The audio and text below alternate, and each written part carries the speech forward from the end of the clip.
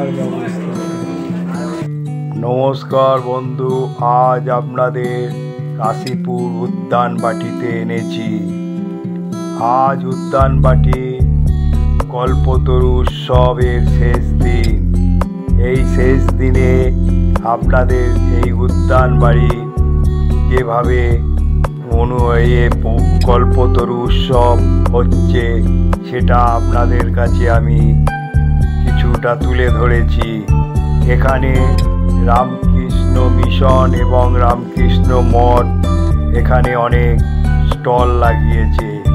এবারে আপনাদের দর্শন করাচ্ছি সারদা দেব মাকে, তারপর আপনাদের রামকৃষ্ণ দেবকে দর্শন করাবো। এখানে চিত্র প্রদর্শনী ভগবান, তারপর আপনারা দর্শন করুন মা সেই যে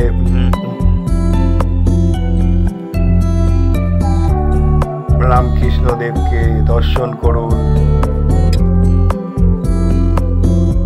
তারপর এই কল্পতরু উৎসব যে এখানে হয়েছিল সেটাও দর্শন করুন। তারপর আপনাদের এখানে পুরো এরিয়াটা আমি ছবি তুলে ছবির মাধ্যমে দেখাচ্ছি। এগুলো কাশীপুর উদ্যানবাড়ি, রামকৃষ্ণ মঠ কাশীপুর উদ্যানবাড়ি। আজ আপনাদের উদ্যানবাড়িতে এখানে শৌচালয় করেছি আলাদা, লেডিস প্রাথমিক চিকিৎসা। এটা হচ্ছে ফার্স্ট এড, আর এটা হচ্ছে বড়নগর সারদা নারী নিকেতন কেন্দ্রের স্টল। নমস্কার বন্ধু, আজ কাশীপুর উদ্যানে যে কল্পতরু উৎসবের শেষ দিন সেটা তুলে ধরেছি। 1886 সালে 1 জানুয়ারি এই উৎসব শুরু হয়েছিল। এই দিন রামকৃষ্ণ পরমহংস তার অনুগামীরা ঠাকুর রামকৃষ্ণ পরমহংসকে ঈশ্বরের অবতার বলে ঘোষণা করেছিলেন। বিভিন্ন জায়গায় এই উৎসব পালিত হলেও কাশীপুর উদ্যানবাটিটি বর্তমানে রামকৃষ্ণ মঠ ও মিশনের একটি শাখা কেন্দ্র। এই উৎসব মহাসমারোহে পালিত হয়। এখানে রামকৃষ্ণ পরমহংস জীবনের শেষ দিনগুলি অতিবাহিত করেছিলেন। রামকৃষ্ণ পরমহংস অনুগামী এই উৎসবকে ঠাকুরের বিশেষ উৎসবগুলির অন্যতম উৎসব হিসাবে গণ্য করে। এই উৎসব আরও দক্ষিণেশ্বরেও পালিত হয়। সারা দেশে রামকৃষ্ণ অনুগামী তীর্থযাত্রীরা এই দিন দক্ষিণেশ্বর কালীবাড়িতে পুজো দিতে আসেন। রামকৃষ্ণ পরমহংসদেব তার জীবনের শেষ দিনগুলি অতিবাহিত করেছিলেন কাশীপুর উদ্যানবাটিতে। কিন্তু কল্পতরু উৎসবের মাহাত্ম্য এতটাই যে শুধু কাশীপুর নয়, কামারপুকুর থেকে শুরু করে রামকৃষ্ণ মঠ ও মিশনের সমস্ত জায়গায় এই উৎসব পালিত হচ্ছে। যেমন বাঁকুড়া জয়রামবাটি মা সারদা দেবীর জন্মস্থান, সেখানেও মহাসমারোহে পালিত হয় কল্পতরু উৎসব। শ্রী শ্রী রামকৃষ্ণ পরমহংসদেব 1886 সালের 16 আগস্ট ইহলোক ত্যাগ করেন। সেই সময় তার শরীরে কর্কট রোগ বাসা বেঁধেছিল। ঠাকুর শেষ জীবন তিনি এই কাশীপুর উদ্যানবাটিতেই অতিবাহিত করেছিলেন। ঠাকুরের প্রায় 30 গৃহী ভক্ত ছিল, তাদের মধ্যে ছিল গিরিশ ঘোষ ছিলেন অন্যতম। ঠাকুর উদ্যানবাটির বাগানে পায়চারি করতে করতে গিরিশ ঘোষকে জিজ্ঞাসা করলেন যে, গিরিশ, তোকে ঈশ্বরের অবতার বলেন কেন? তার উত্তরে গিরিশ ঘোষ বলেন, এ প্রশ্নের যথাযথ উত্তর কি দেবেন তার মতন তুচ্ছ ব্যক্তি যার মহিমা অপরিসীম। সেই দিন সেই সময় শ্রীরামকৃষ্ণদেবের ভাব সমাধি হয়। তিনি ভক্তদের আশীর্বাদ করেন এবং সকলের চৈতন্য হোক। ভক্তরা চেঁচিয়ে বলে ওঠে, আজ ঠাকুর কল্পতরু হয়েছেন। সেই থেকেই এই উৎসব শুরু। কল্পতরু ঠাকুর চেয়েছিলেন ভক্তদের মধ্যে আত্মাধিক চেতনা জাগ্রত হোক, তারা অন্ধকার থেকে আলোর দিকে মুক্তির পথ খুঁজে পান।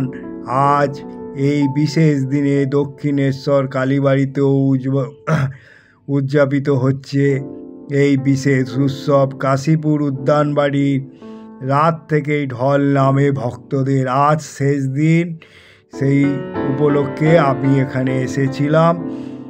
1 জানুয়ারি উৎসব পালিত হয়ে থাকে এবং 3 দিন ধরে মোটামুটি চলে। এ ব্যতিক্রম নয়। আজ জয়ধ্বনি হয় রামকৃষ্ণ, কারণ এই দিনেই হয়েছিল কল্পতরু।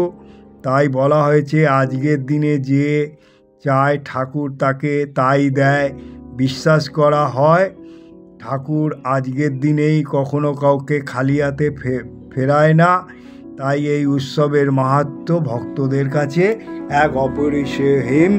তাই আমি আজকে শেষ দিনে আপনাদের উদ্যানবাটিতে এনে আপনাদের এই কাশীপুর উদ্যানবাটিতে কিভাবে কল্পতরু উৎসব হচ্ছে সেটাও তুলে ধরলাম। এখানে যে চিত্র প্রদর্শনী আছে সেটাও তুলে ধরেছি। এখানে যে প্রত্যেকটা রামকৃষ্ণ মঠ ও মিশনের স্টল দিয়েছে সেটাও তুলে ধরেছি। তাই এখানে চিত্র যেগুলো তুলে ধরেছি সেগুলো খুবই সুন্দর।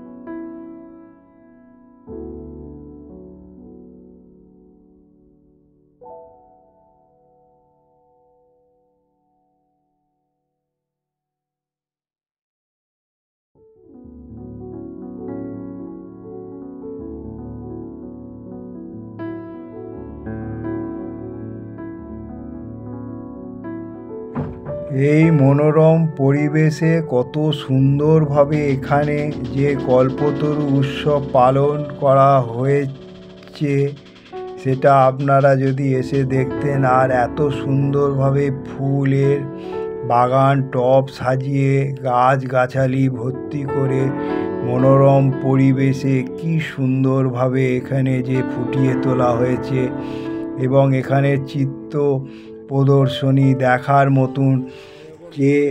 আর এখানে লাইন দিয়ে কত সুন্দরভাবে সব ভোগের জন্য প্রসাদের জন্য।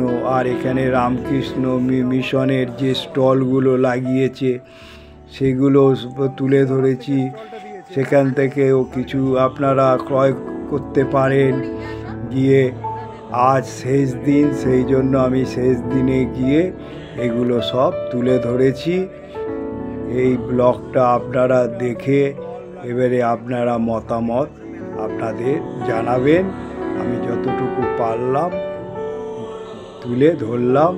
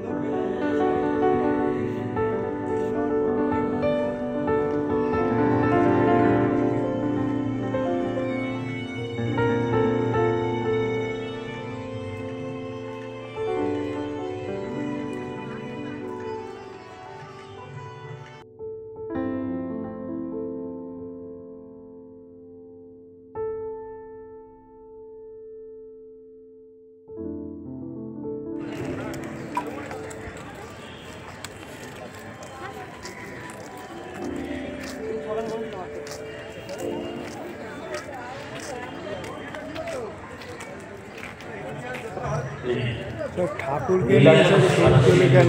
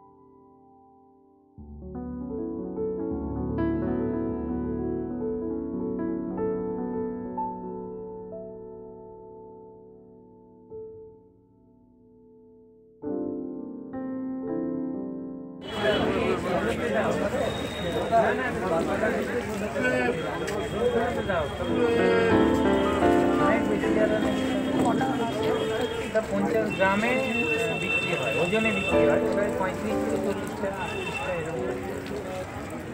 খুব ভালো, পুরোপুরি হাতে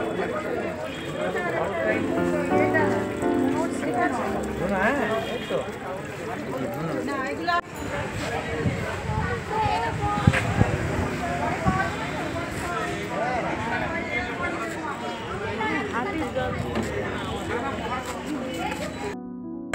আজকে বন্ধু কাশীপুর উদ্যান পার্টি দর্শন করালাম আপনাদের।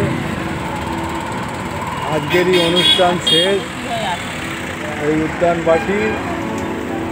তা এটা দেখার পর আপনারা ভালো লেগে থাকলে যদি মনে করেন তাহলে একটা লাইক করবেন, আর যত শেয়ার করবেন তত লোকে জানতে পারবে।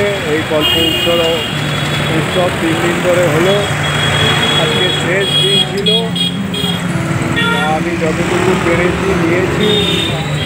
এবারে আপনারা এখনও যারা লাইক করেনি, যারা এখনও সাবস্ক্রাইব করেননি, আইকন বোতামটা টিপে দেবে। আমি যখনই কোনো ব্লগ বানাবো আপনারা পেয়ে যাবেন।